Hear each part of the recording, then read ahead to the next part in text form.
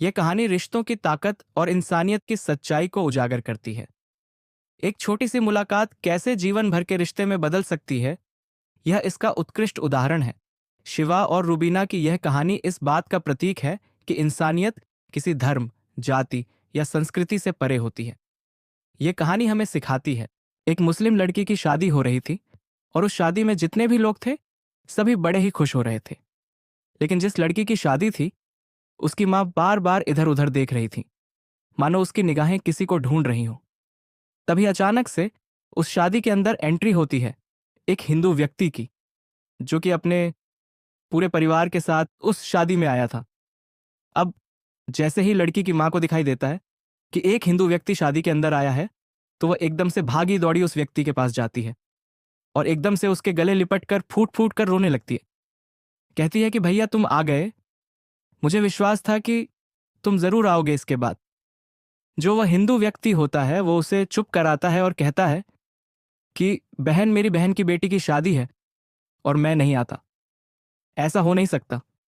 इस बात को सुनकर वहां पर जितने भी लोग थे वो सभी हैरान हो जाते हैं कि ये कैसा भाई है और ये कैसी बहन है। कौन था वह व्यक्ति और किस वजह से वह उसको बहन कह रहा था। पूरी कहानी की सच्चाई जानने के लिए वीडियो को अंत तक जरूर देखें। दिल्ली के अंदर एक रूबीना नाम की लड़की रहा करती है, जिसके यहाँ पर मामा है और वह पीछे से इलाहाबाद की रहने वाली है। यहाँ पर वह अपने मामा के पास रहा करती है और यहीं से अपनी पढ़ाई लिखाई को कर रही है। अब तभी एक दिन अचानक से उसे इलाहाबाद जाना था और इलाहाबाद जाने के लिए उसने रिजर्वेशन भी करा लिया था। शाम के समय का रिजर्वेशन था और उसी टाइम पर उसकी एक सहेली जो कि उसे पार्टी देना चाहती थी वह उसको बुलाने लगती है। तो जो रूबीना है वो सोचती है कि कोई बात नहीं, पहले पार्टी में चली जाती हूँ और उसके बाद अपनी ट्रेन पकड़कर इलाहाबाद चली जाऊंगी। यही सोचकर रबीना वहां से सीधा अपनी सहेली के यहाँ पर पार्टी के लिए निकलती है और वहां पर पार्टी करने के बाद वह वहां से सीधा रेलवे स्टेशन पहुंच जाती है।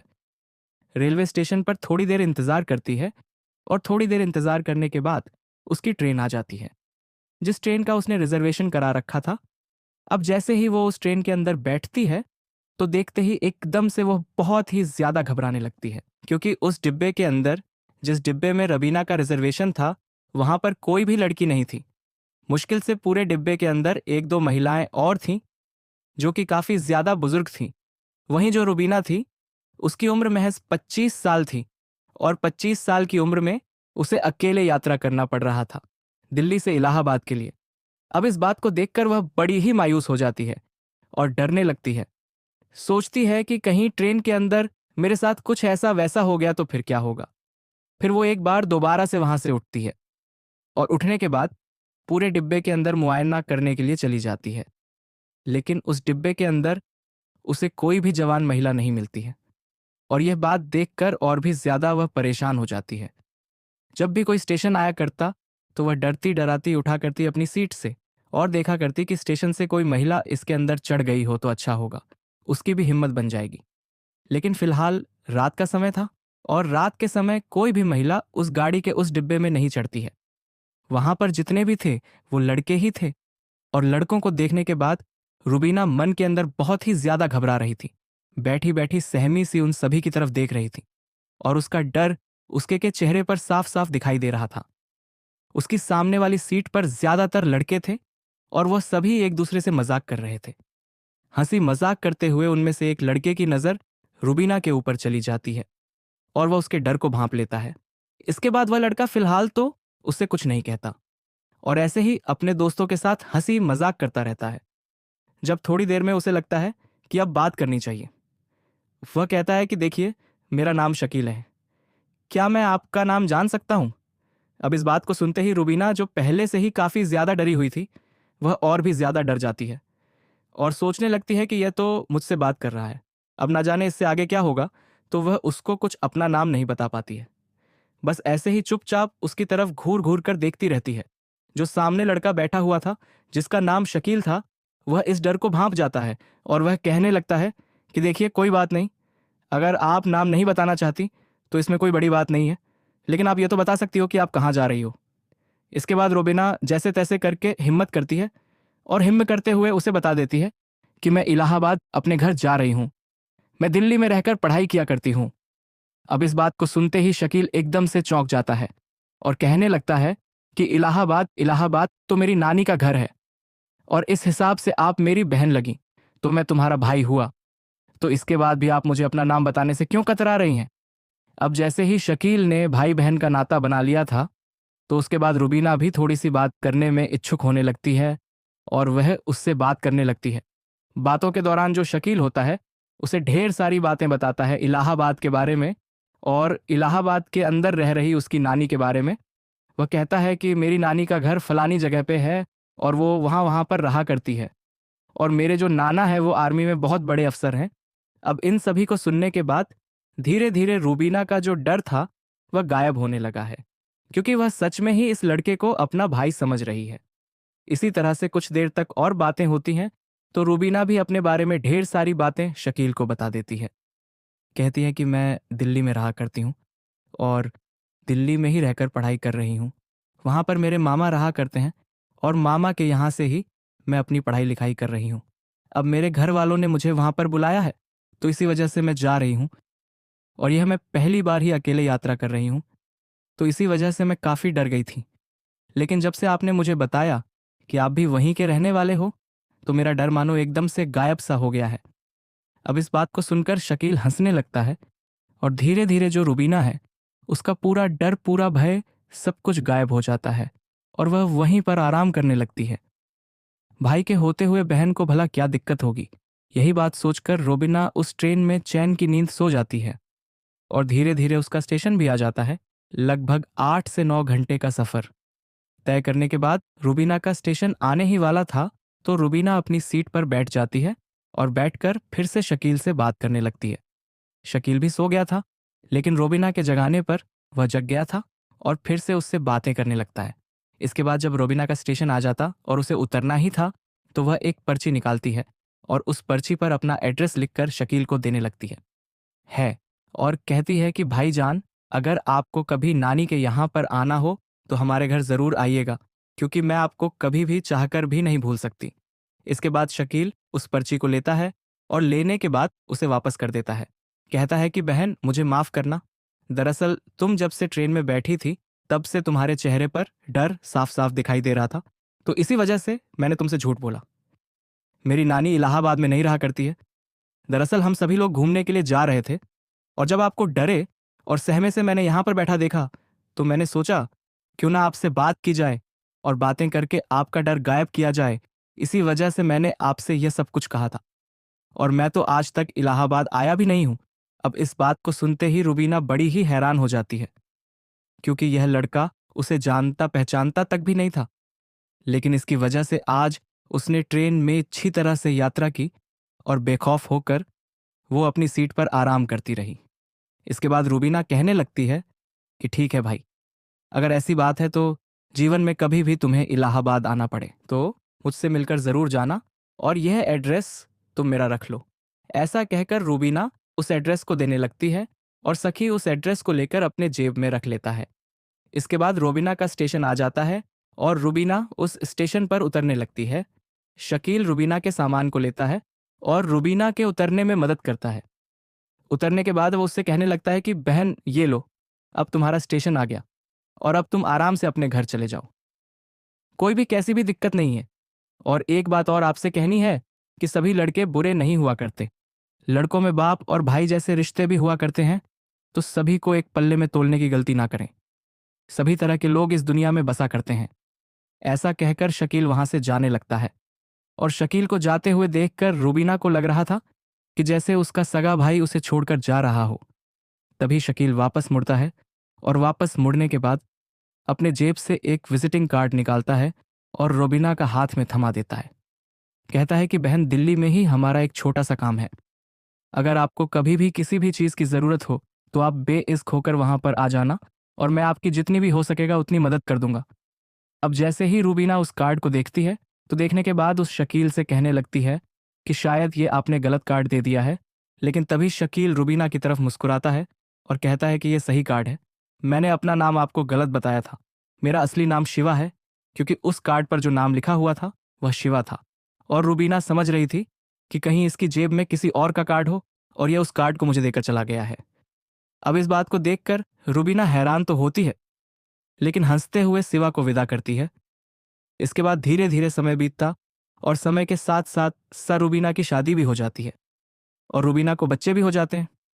रुबीना को बड़ी लड़की हुई थी और एक छोटा लड़का था, और 2 बच्चों के बाद रुबीना ने और ज्यादा बच्चे नहीं किए थे। रुबीना की शादी उसके घर वालों ने दिल्ली में ही करा दी थी और दिल्ली के अंदर ही रुबीना रहने लगी थी। लेकिन उम्र बनने के साथ साथ भी वो उन बातों को नहीं भूली थी जो उस ट्रेन के अंदर उसके साथ हुआ था। एक हिंदू लड़के ने उसकी मदद की थी। अनजान होते हुए भी वो भी एक भाई बनकर ऐसा भला आज के समय में कौन करता है। इसके बाद ऐसे ही धीरे धीरे कुछ समय और बीतता है और कुछ समय बाद रुबीना की बेटी शादी के युग हो जाती है।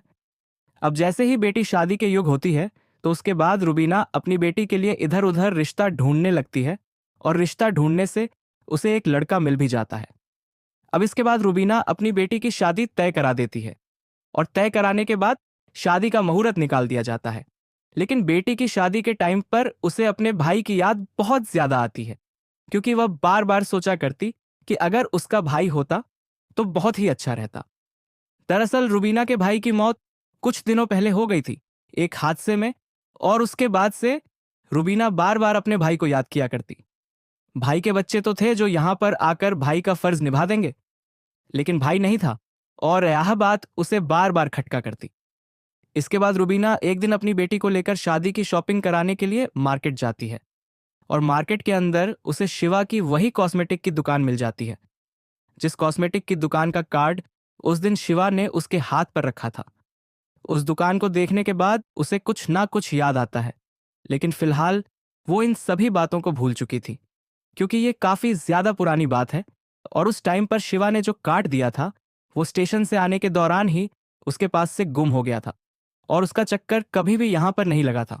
इसी वजह से वह शिवा से नहीं मिल पाई थी। लेकिन जैसे ही बेटी की शादी की शॉपिंग करने के लिए वह इस कॉस्मेटिक की दुकान पर आती है तो एकदम से वह सारी बातें उसकी ताज़ा हो जाती हैं और सामने उसे शिवा बैठा हुआ दिखाई देता है। शिवा की उम्र भी काफ़ी ज़्यादा हो गई थी और उसने अपने चेहरे पर मूछें रखना भी स्टार्ट कर दिया था। जब पहले पहले उनकी मुलाकात हुई थी तो उस टाइम पर शिवा मूछें नहीं रखा करता था, लेकिन आज वो एक प्रोफेशनल दुकानदार की तरह दिखाई दे रहा है जिसके चेहरे पर बड़ी बड़ी मूछें हैं और साधारण से उसने कपड़े पहन रखे हैं। वह लोगों को सामान दिखाने में इतना व्यस्त है कि वह रुबीना को भी आम ग्राहक समझकर सामान दिखाने लगता है। लेकिन जो रुबीना होती है वो उसकी तरफ गौर से देखने लगती है और थोड़ी देर देखने के बाद वो उसे कहने लगती है कि भैया आपका नाम शिवा है ना। अब जैसे ही शिवा देखता है कि यह महिला मेरी दुकान पर पहली बार आई है और ये मेरा नाम क्यों ले रही है, क्योंकि शिवा के बोर्ड पर उसका नाम नहीं लिखा हुआ था, कार्ड पर तो उसका नाम था। लेकिन फिर वो सोचने लगता है कि हो सकता है किसी जानकार ने भेजा होगा, तो वो कहने लगता है कि हाँ बहन जी, मेरा नाम शिवाई है, बताइए आपको क्या चाहिए। तो रोबिना कहने लगती है कि भैया क्या आपने मुझे नहीं पहचाना। अब इसके बाद सेवा उसकी तरफ गौर से देखने लगता है और कहता है कि नहीं बहन जी, आप मेरी पहचान में नहीं आ रही, आप कौन हैं जरा बताएंगे। तो उसके बाद रुबीना कहने लगती कि भैया शायद आपको याद नहीं होगा, लेकिन मैं आपको भूल नहीं पाई हूं। या याद करो उस दिन को जिस दिन मैं ट्रेन में बैठी हुई थी और आपने शकील बनकर मुझे हौसला दिया था ताकि मैं उस ट्रेन में आसानी से सफर कर सकूं, जबकि आप मुझे जानते तक भी नहीं थे। इसके बाद शिवा अपने दिमाग पर गौर देता है और गौर देने के बाद एकदम से उसे पहचान लेता है। इसके बाद शिवा रोबिना को अंदर बिठा है। दुकान में एक छोटी सी जगह थी, वहां पर रोबिना की बेटी को उसने बिठा दिया था और बिठाने के बाद अपने दुकान के उस लड़के से जो उसकी हेल्प किया करता था बाहर से चाय लाने के लिए बोल देता है। रोबिना वहां पर बैठती है और सेवा और रोबी के बीच में ढेर सारी बातें होती हैं। बातों के दौरान उसे सारी कहानी पता चल जाती है, क्योंकि शिवा ने पूछा था कि बहन, अगर आपको मैं अब तक याद हूं तो आप मुझसे मिलने के लिए क्यों नहीं आई। तो वो कह देती है कि भाई तुम्हारा वो कार्ड, जो कार्ड तुमने दिया था वो स्टेशन पर ही मुझसे कहीं गिर गया था और उसके बाद मैं अपनी जिंदगी में व्यस्त हो गई। लेकिन आज जैसे ही आपको देखा तो एकदम से पुरानी सारी यादें ताज़ा हो गईं और मुझे लगा कि कल की ही वो बात है जब आप मुझे एक भाई बनकर सांत्वना दे रहे थे और वहां पर हिम्मत से रहने के लिए भाई बनकर आपने मुझे हिम्मत दी थी। इसके बाद रुबीना शिवा से पूछने लगती है कि भैया आप इतने बड़े हो गए हो लेकिन आपका कभी भी इलाहाबाद में चक्कर नहीं लगा। तो वो कहता है कि बहन मेरे साथ भी ऐसा ही हो गया। जो पर्ची आपने लिखकर दी थी, उस पर्ची को मैं अपने साथ ले गया था और घूमने के लिए हम गए ही थे। लेकिन जहां पर हम घूमने के लिए गए थे, वहां पर अचानक से बारिश होती है और बारिश के कारण वह पर्ची मेरे जेब के अंदर भीग जाती है और भीगने के बाद वह पूरी तरह से खराब हो गई थी। इसके बाद मैं कई बार इलाहाबाद जाता हूँ, लेकिन मेरे पास तुम्हारा एड्रेस नहीं था, तो मैं तुमसे किस तरह से मिलकर आता। इसके बाद रुबीना शिवा से कहने लगती है कि देखो भैया, अब मेरी बेटी की शादी है और मेरी बेटी की शादी में आपको सहपरिवार आना होगा। इसके बाद शिवा भी हामी भर लेता, कहता कि ठीक है बहन, मैं ज़रूर आऊँगा और जो मेरा फ़र्ज़ होगा उसे निभाऊंगा। ऐसा कहकर शिवा एग्री हो जाता है और रुबीना शिवा से उसका नंबर ले लेती है और शिवा को पूरा एड्रेस दे देती है जहां पर उसे आना था और साथ में अपना नंबर भी दे देती है। इसके बाद रुबीना अपनी बेटी की शादी की तैयारी में जुट जाती है और शिभा से फ़ोन करके शादी में आने के लिए कह देती है। जैसे ही शादी का दिन होता है, तो शादी के दिन सभी गेस्ट आ गए थे और सभी लोग शादी का एंजॉय कर रहे थे। लेकिन रोबिना की निगाहें शिवा को ढूंढ रही थीं, क्योंकि आज भी वह उसे अपना सगा भाई समझती है और उसके आने की राह देख रही है। थोड़ी देर बाद शिवा अपने परिवार के साथ उस शादी में पहुंचता है और जैसे ही रुबीना शिवा को वहां पर आते हुए देखती है, तो एकदम से भागी दौड़ी जाती है और उसको गले से लगा लेती है और फूट फूट कर रोने लगती है, क्योंकि शादी के समय में उसे अपना सगा भाई बहुत ज़्यादा याद आ रहा था और शिवा के आने से उसकी सारी कमी पूरी हो गई है। इसके बाद शिवा रुबीना को चुप कराता है और कहने लगता है कि बहन, इस तरह से क्यों रो रही हो। इस बात को देखकर वहां पर जितने भी लोग थे, वो सभी लोग बहुत ज़्यादा हैरान हो जाते हैं, क्योंकि यहाँ पर एक हिंदू व्यक्ति है और हिंदू व्यक्ति के लड़की की जो माँ है, वो गले लिपट रही है और फूट फूट कर रो रही है। वह सभी लोग जानना चाहते हैं कि ये क्या कहानी है। तभी उनमें से एक व्यक्ति रुबीना के पास आता है और उसे साइड में ले जाकर उससे पूछने लगता है। इसके बाद जैसे ही वह व्यक्ति उसे पूछता है, तो वो सोचने लगती कि इस कहानी के बारे में अगर सभी को पता चले तो बहुत ही अच्छा होगा। वहीं पर एक छोटा सा म्यूजिक का प्रोग्राम चल रहा था, तो रुबीना उस स्टेज पर जाती है अपने भाई को लेकर और वहां पर सभी लोगों के सामने इस कहानी को सुनाती है। जैसे ही सभी लोग इस कहानी को सुनते हैं, तो सभी लोग सेवा की और रोबिना बोना की तारीफ करने लगते हैं। इसके बाद शादी होती है और शादी के अंदर जो सेवा होता है, लड़की के मामा के सारे फर्ज निभाता है। शादी संपन्न हो जाती है और उसके बाद भी रुबीना और शिवा के घर का आना जाना लगा रहता है। शिवा के परिवार वाले रुबीना को अच्छी तरह से जाना पहचाना करते हैं और रुबीना के परिवार वाले भी शिवा को और उसके परिवार को अच्छी तरह से जाना पहचाना करते हैं। दोस्तों, यह थी एक छोटी सी कहानी जहां पर एक ऐसा रिश्ता देखा गया जिस रिश्ते को देखने के बाद आज भी लोग उस रिश्ते की मिसाल दिया करते हैं। रुबीना के घर पर जब भी सेवा आया करता है और रुबीना के सगत संबंधी उसको देखा करते हैं जो उसे नहीं जानते हैं, तो वो लोग उससे जब कहानी पूछते हैं तो वो लोग भी बड़े ही हैरान होते हैं। आज तक भी रुबीना और शिवा के घर के आपसी संबंध ऐसे हैं कि दोनों के घर में, किसी के भी घर में कोई फंक्शन होता है तो दोनों परिवार एक जगह इकट्ठा हो जाते हैं। आप क्या कहना चाहते हो रुबीना के बारे में? आप क्या कहना चाहते हो शिवा के बारे में? आपकी जो भीरा कमेंट सेक्शन में लिख सकते हो, लोगों के साथ शेयर कर सकते हो। वीडियो अगर अच्छी लगी हो तो वीडियो को लाइक और चैनल को सब्सक्राइब ज़रूर करें, ताकि हमें थोड़ा सा हौसला मिले। आप लोगों के लिए ऐसे ही अच्छे अच्छे वीडियो बनाने के लिए इन कहानियों को सुनाने का उद्देश्य किसी को परेशान करना बिल्कुल भी नहीं है।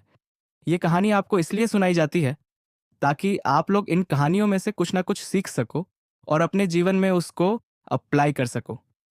मिलते हैं किसी नेक्स्ट वीडियो में नए टॉपिक के साथ। तब तक के लिए जय जय हिंद, जय भारत,